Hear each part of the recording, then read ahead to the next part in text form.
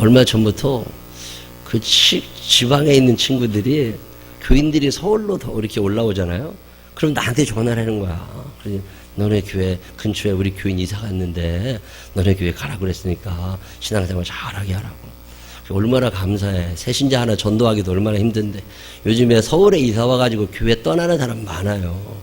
근데 그 와중에 이게 교회를 목사님들이 소개해 주는데 우리 교회를 소개해 준다는 게 너무 좋아.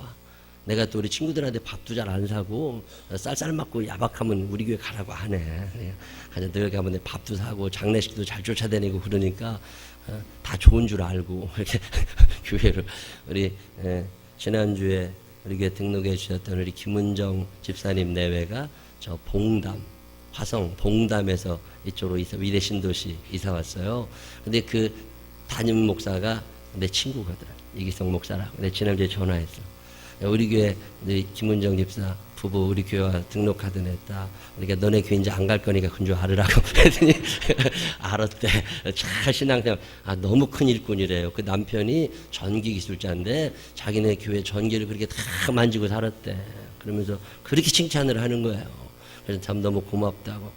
또 지금 우리 서은혜 집사 부부는 저 춘천 석사교회 제가 거기 부흥회를 갔었는데 그 교회 담임 목사도 제 친구예요. 그게 1000여 명 모이는 큰 교회인데 그렇죠.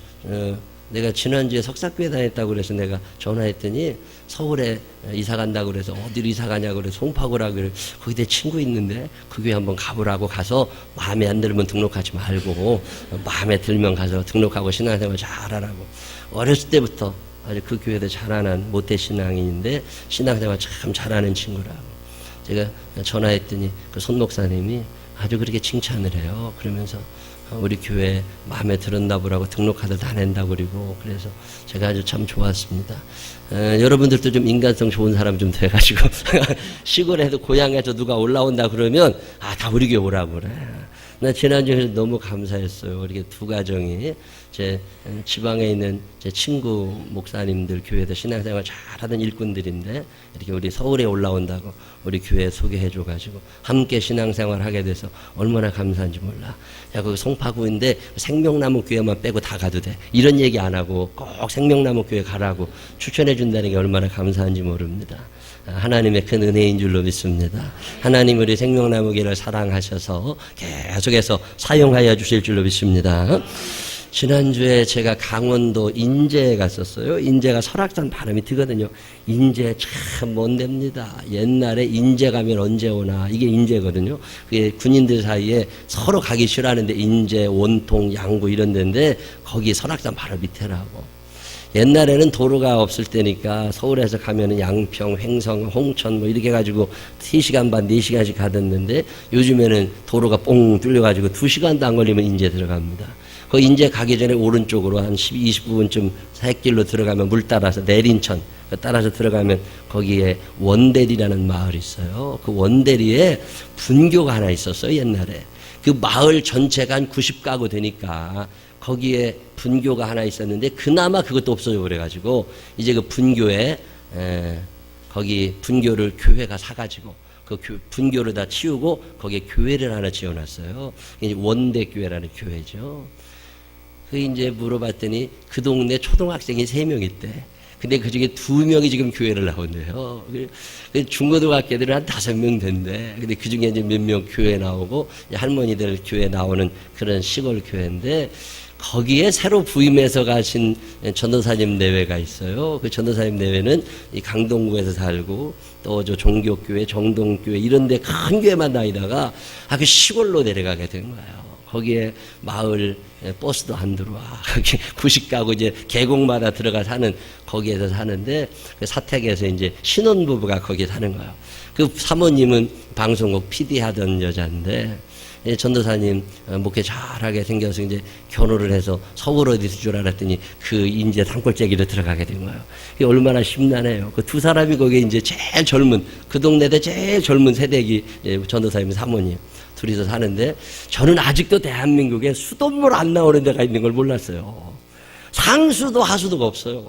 그 교회를 갔더니 아, 그럼 어떻게 물을 쓰냐? 그랬더니 산 계곡에다가 파이프 하나 박아놓고서 거기에 계곡물이 흘러서 그 파이프로 들어와가지고 자기 집 옥상에 물탱크를 하나 해놔가지고 물탱크로 물이 들어와. 그러면 그 물 깨끗한 거 들어오다가 위에 그물망 하나 해놓고 이 탱크 위에다가 그물망 통과해서 물 들어오면 그 밑에 또 그물망 하나 해놔가지고 그리 또 물이 빠져나가서 수도꼭지 틀리면 그 물이 이제 나오는 거예요. 샤워도 그물로 하고 설거지도 그물로 하고 청소도 그물로 하고 먹는 물은 그래도 혹시 몰라서 필터링을 하나 해가지고 정수기를 달아놓고 그리고 이제 살아요. 근데 어느 날 샤워를 하는데 아주 썩은 내가 나더래. 산에서 나오는 일급수가. 그래서 왜 그러냐. 그러고서 가서 물탱크를 열어봤더니요. 그 위에서 내려오는 그물망이 찢어져가지고 개구리들이 그리 돌아가지고 개구리가 다 썩어가지고서 둥둥 떠다니는데 그러면 이제 그걸 이제 채로다가 이렇게 하나둘 개구리를 건져낸다네요. 물이 아까우니까 개구리 이제 건져냈는데, 아니, 그게 어떻게 개구리 들어간 걸 어떻게 하냐. 그러면 방에서 가만히 들어보면요. 개구리가 그 물통에 쾅쾅 부딪히는 소리가 난대. 그럼 개구리가 떨어진 거래. 그럼 나가가지고 그걸 채로 개구리를. 아이, 어느 날은 물이 전혀 안 나오더래. 아이, 그래서 왜 물이 안 나오냐. 그래서 가봤더니요. 실지렁이가 꽉 차가지고 그 그물망에 실지렁이가 다 박혀가지고서 물이 통과가 안 된대. 그 실지렁이 또 다 끄집어내고. 그리고 이제 사는 신혼부부집에 제가 갔다 왔어요. 근데 그런 얘기예요. 그래도 여기까지 인도하신 분이 하나님이시라는 거예요.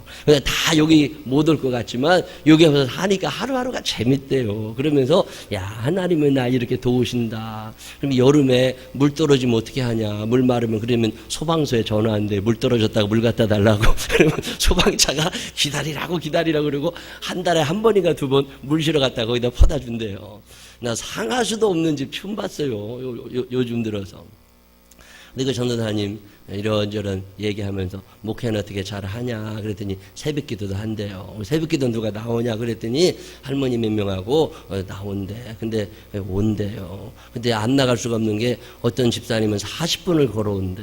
새벽에 차 없으니까 40분을 걸어서 그 산꼭대기에 있거든요, 교회가. 그러니까 산꼭대기까지 올라와가지고 거기다 예배 드리고 내려.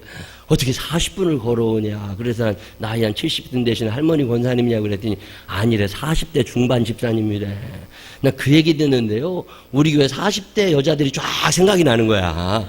야, 우리 교회 여자들은 이제 40대 안 나오는데 어떻게 40분을 걸어가지고 새벽 기도를 나오냐. 그리고 그 새벽 기도 끝나면 또 40분 걸어간대요. 그리고 가면서 이렇게 본다네요. 교회 마당에 나무가 있나. 교회 나무가 늘 있어야 되는 게 겨울에 기름 보일러가 아니더라고. 그게 화목 보일러예요. 산에서 나무 벼다가 교인들이 이렇게 교회 마당에다 쌓아놓으면 전도사님 내외가 그걸 다 긁어가지고서 화목 보일러 뗀다고 도끼로 뽀개가지고 그걸 나무로 다 패. 그래가지고서 그걸로 불을 떼가지고서 연탄 안 들어가고 기름값은 안 들어가는데 힘은 들어간대. 계속 그 나무 패야 되니까. 그래가지고서 나무 패서 화목 보일러 떼고 수도요금 안 내고 전기요금 별로 안 나온다네. 기름값 안 나가고 돈 쓸 거는 없는데 힘은 든다고 그러더라고. 근데 그냥만이 그런 얘기 하는 거예요. 참 하나님이 도우시니까 이렇게 사는 거지. 자기가 어떻게 여기 와 살겠느냐는 거예요. 그리고 그 새벽 기도 오시는 집사님도 하나님이 깨워주시니까 여기까지 오고 하나님이 도우시니까 기도할 수 있는 거지 내 힘으로 어떻게 할 수 있는 거냐고 그렇게 얘기를 한다는 얘기를 들었습니다. 하나님이 저 산골짜기에서뿐만 아니라 이 송파구에서도 여러분을 돕고 계심을 믿으시기를 바랍니다. 둘째 날 저녁에 밥을 먹는데 기도해 주시라고 밥 사는 사람 이름을 적어왔는데 물을 보니까 교회 이름이 해안교회야. 해안교회. 아니 인제가 군인데 그게 설악산 밑에 있는 산골짜기인데 무슨 해안이 있냐. 그래서 해안에 있는 교회냐고 그랬더니 아니래. 그럼 왜 이름이 해안교회냐고 그러니까 이유가 있더만요. 그게 뱀이 많은 동네라네요. 그 설악산 바로 밑에니까 뱀이 많아져 사람을 그렇게 많이 문답니다. 그래서 장화를 늘 신고 다녀야 되는데 동네를 돌아다닐 때. 근데 어느 날 이렇게 보니까 돼지가 뭘 먹길래 가서 봤더니 뱀을 잡아먹더래요, 돼지가. 그래가지고 신기하다. 그래가지고 집에 돼지우리 열어가지고 돼지를 다 몰고 갔다네요. 돼지를 풀어놨더니 돼지가 뱀을 먹더래요. 그러니까 동네 사람들이 자기 집마다 다 돼지를 다 끌고 나와가지고서 돼지 수십 마리가 돌아다니면서 동네에 있는 뱀을 다 잡아먹었대요. 그래가지고서 그 뒤로는 그 동네 뱀이 없대요. 돼지가 하도 뱀을 먹으니까. 그 옛날에 왜 그 동네 뱀이 있으면 뱀을 이렇게 축축 몰아가지고 돼지우리다 던져주면 돼지가 그 뱀을 먹었거든요. 안 해보셨어요? 돼지가 뱀을 먹어요. 돼지가. 뱀이 돼지를 물거든요. 뱀이 입 벌리고 막 고개 쳐도 그 뱀 배를 무는데 물려야 비계라 전혀 효과가 없어요, 그게. 그래가지고 나중에 뱀이 물러오면 배부터 내. 그래서 이제 배는 물려도 관계가 그 비계니까 독이 들어가도 효과가 없대요, 뱀한테. 그래서 뱀들이 그렇게 그 돼지가 뱀을 다 잡아먹어가지고 마을이 편안해졌다는 거예요. 그 불안했다가 그래가지고 돼지 해자에다가 편안한 안자를 써가지고 해안면이래 거기가. 그러면서 얘기를 해주는데 참 그런 얘기를 하는 거예요. 하나님 참 기가 막힌 분이라는 거예요. 뱀 때문에 그렇게 두려워하는데 돼지가 뱀을 먹을 줄 어떻게 알았겠느냐는 거예요. 그리고 하필 그 마을에 돼지가 많아가지고 야 하나님은 참 기가 막힌 하나님이시라는 거예요. 그런 저런 얘기를 하는데 참 감사했습니다. 여러분 여기까지 살아오는 동안 여러분이 잘 몰라서 그렇지 하나님이 어마어마하게 도우셨음을 믿으시기를 바랍니다. 하나님이 도와주시니까 사는 거죠. 하나님이 그럼 아무나 도와주시느냐? 아닙니다. 하나님이 그렇게 도와주고 싶으셔도 도움을 못 받는 사람들이 있어요. 어떤 사람들이냐면 회개하지 않는 사람들입니다. 죄를 계속 짓는 사람들은 하나님이 돕지를 않으세요. 그래서 회개가 그렇게 중요한 거예요. 회개하지 않는 사람 하나님이 안 도와주십니다. 감사할 줄 모르는 사람도 하나님이 안 도와주세요. 하나님이 뭐 해주시면 감사합니다. 그리고 사는 사람들을 하나님이 또 도와주시는 거거든요. 하나님 앞에 감사하다고 고백하며 사시기를 바랍니다. 제가 이거 참 잘하잖아요. 늘 하나님께 감사하거든요. 제가 도움을 워낙 많이 받고 살다 보니까 이제는 좀 남 도와주고 싶은 거예요. 그래서 형편만 되면 최대한 돕고 살고 싶은 거거든요. 여러분들도 도움받은 것에도 끝이지 말고 도움받았으면 도와주는 사람들이 되시기를 바랍니다. 너도 가서 이와 같이 하라. 예, 하나님께 받은 은혜, 하나님께 받은 사랑, 하나님께 받은 도움을 나도 누군가에게 전해주고 살 수 있으면 그게 그리스도인으로 사는 거잖아요. 감사할 줄 모르는 사람들, 은혜 갚을 줄 모르는 사람들 하나님이 안 도와주십니다. 의심하는 사람들, 지조가 없는 사람, 인정 없는 사람들, 두려움 많은 사람들, 게으른 사람들, 또 욕심 많은 사람들, 고집불통인 사람들 하나님이 안 도와주십니다. 도와주셔도 도움도 못 받아 그런 사람들. 한번 잘 생각해봐요. 나는 어떤 사람인가? 고집불통인가? 게으른가? 욕심이 많은가? 감사할 줄 모르는가? 회개하지 않았나? 순종하지 않았나? 의심이 많은가? 인정이 없는 사람 아닌가? 두려움이 많은 사람 아닌가? 의심이 많은 사람 아닌가? 한번 쭉 생각해 보시면 내가 왜 하나님의 도우심을 못 받는지 압니다. 하나님은 오늘도 여러분 도와주고 싶어 하시는 걸 믿으시기를 바랍니다. 세상 사는 게 참 만만하지 않아요. 지난주에 통계를 보니까 서울시에서 하루에 죽는 사람들이 115명쯤 된답니다. 눈 감았다 떴지만 여러분은 오늘 아침에 일어났지만 오늘 못 일어나는 사람 있잖아요. 하루에 죽는 사람이 115명이에요. 그러니 어마어마하게 죽는 거잖아요. 근데 사람들이 얼마나 불안하겠어요. 이 죽는 원인 중에 암이 제일 많고요. 그 다음에가 뇌혈관 질환, 그 다음에 심장 질환. 그리고 여러분 머리 온전한가, 심장은 잘 뛰나 이런 거 잘. 지난주에도 제 친구 하나 전화해봤더니 심장에다 뭐 심었다고 그러더라고요. 그거 뭐 시술해가지고 스탠스인가 뭐 심으면 그 심장 잘 뛴다고. 그런 거 없이 살고 있다는 게 얼마나 감사해요.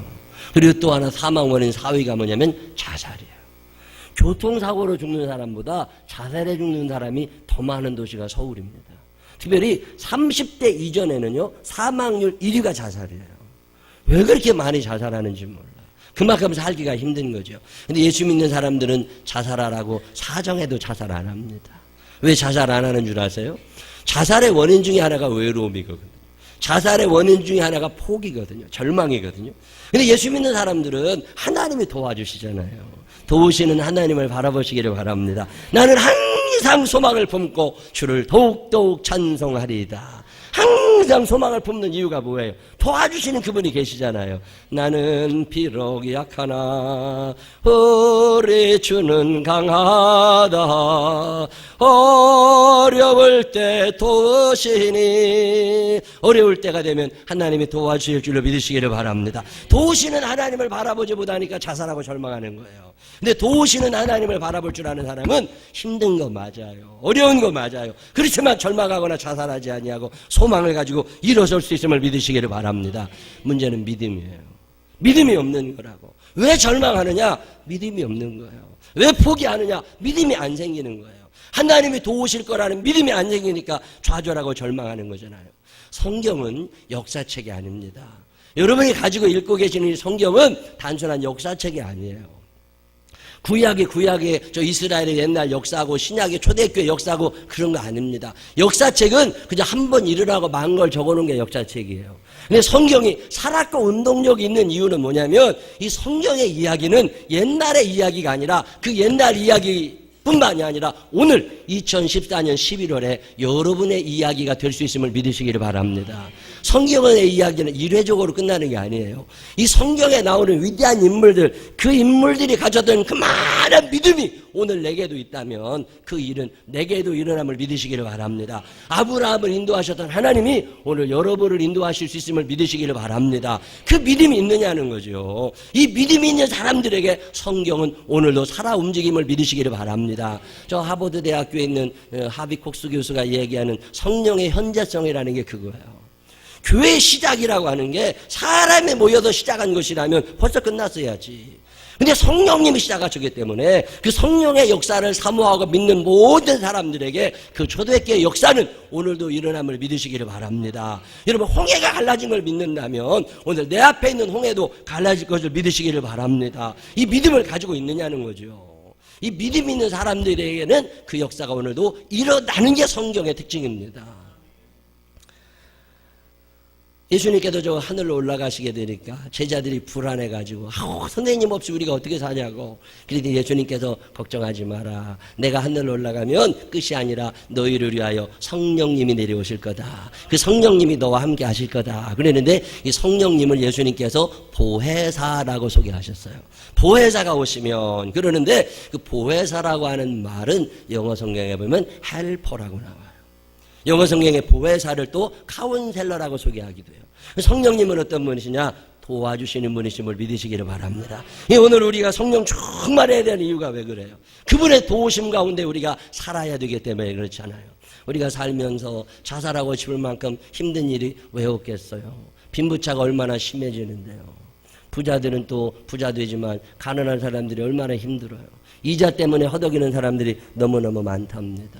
우리나라에도 지금 창업을 해가지고 자영업자 중에 5년 후에도 계속 영업하고 있는 사람은 30%밖에 안 된답니다. 70%가 자영업 시작하고 5년 안에 문을 닫는데요. 대출 금액도 굉장히 많더라고요. 근데 그 부채를 갖고 있는데 부채 중에 원금 상환이 좀 어렵다라고 얘기하는 사람들이 71.8%. 얼마나 힘든 거예요. 그 중에 6.9%는 상환 포기 상태랍니다. 그러니 얼마나 힘든 거예요. 고린도전서 10장 13절에 보면 이런 말씀이 있습니다. 사람이 감당할 시험 밖에는 너희가 당한 것이 없나니 오직 하나님이 미쁘사 너희가 감당하지 못할 시험 당함을 허락하지 아니하시고 시험 당할 쯤에 또한 피할 길을 내사 너희를 능히 감당하게 하시느니라. 감당하게 하실 줄로 믿으시기를 바랍니다. 우리가 감당하지 못하는 건 하나님이 우리에게 안 주신단 말이에요. 쌀을 20kg짜리 쌀 한 푸대를 20kg짜리 쌀 한 푸대 들을 만한 사람한테 주는 거지. 이제 유치원 들어간 애한테 20kg 쌀 한 푸대 들고 가라는 사람이 어디 있어요. 감당할 만한 사람한테 일시키는 거예요. 감당할 만한 시험만 여러분에게 허락하심을 믿으시기를 바랍니다. 그리고 시험 나갈 때도 피할 길을 열어주심을 믿으시기를 바랍니다. 이 하나님의 말씀을 믿으면 그 말씀이 내게 힘이 되는 거예요. 저는 이사야 41장 10절을 참 좋아하고 많이 의지하는 말씀입니다. 두려워하지 말라 내가 너와 함께함이라. 놀라지 말라 나는 내 하나님이 됨이라. 내가 너를 굳세게 하리라. 참으로 너를 도와주리라. 참으로 나의 의로운 오른손으로 너를 붙들리라. 붙드실 줄로 믿으시기를 바랍니다. 두려워하지 마라 내가 함께함이라. 놀라지 말라 내니라. 어두운 그 길에서 내 손 잡아주리라. 위태할 때 너를 안아주리라. 이 말씀이 여러분의 말씀으로 받아들이게 되시기를 바랍니다. 저는 성경의 이야기가요 옛날 이야기가 아니라 오늘 내 이야기로 믿는 사람이에요. 두려워하지 마라. 예. 놀라지 마라. 예. 근데 하나님은 살기는 많이 힘듭니다. 돈도 없고 몸도 아프고 참 어렵습니다. 그래도 하나님께서 그래도 걱정하지 마. 예. 너 한 나를 믿잖아. 예. 그러고 있다 보면 하나님이 도와주시잖아요. 경험해 보시기를 바랍니다. 신앙생활은요, 아무리 들어도 소용없다니까. 말씀을 들으면 그게 믿음으로 와야 되거든요. 그 다음에 믿음으로 온다면 이게 경험이 되어져야 돼요. 여러분의 삶 속에서 하나님의 말씀이 경험되게 되시기를 바랍니다. 이걸 체험해 본 사람들은요, 하나님을 믿습니다. 엘리야의 까마귀, 그 엘리야를 도와주어서 먹여 살려주었던 까마귀가 다 죽어 없어진 게 아니라 오늘도 돌아다님을 믿으시기를 바랍니다. 그만한 믿음을 가지고 하나님 앞에 매달리면 하나님이 왜 안 도와주시겠어요? 문제는 믿음이 없다니까. 그 믿음이 안 생겨. 저는 하나님을 도우시는 하나님이라고 고백합니다. 하나님이 여기까지 도와주셨고 앞으로도 도와주실 줄로 확신하는 사람입니다. 여러분의 인생도 하나님이 도우실 줄로 믿으시기를 바랍니다. 제가 이 건물 지을 때도 돈 없어서 죽을 뻔했어요. 이거 한 50억 들어갔거든요. 50억을 40주 동안 해내야 되니까 돈도 없는데 일주일에 1억 이상을 해내야 되는데 그걸 어디서 해내냐고 대출도 안 되는데 그럴 때마다 늘 기도하고 사는 거예요. 하나님 돈도 많으시다며 나 돈 좀 달라고 돈 좀 달라고 그리고 1억만 달라고 5천만 원만 달라고 늘 그 기도하고 사는 거잖아요. 이거 건물 이렇게 골조 이렇게 세워놓고 4층까지 다 세워놓고서 바닥을 못 깔았잖아요. 돈이 없어가지고 이 바닥 까는데도 몇 천만 원 들어가거든요. 근데 데코 타일을 살 돈이 없어가지고 이걸 못 깔았어요.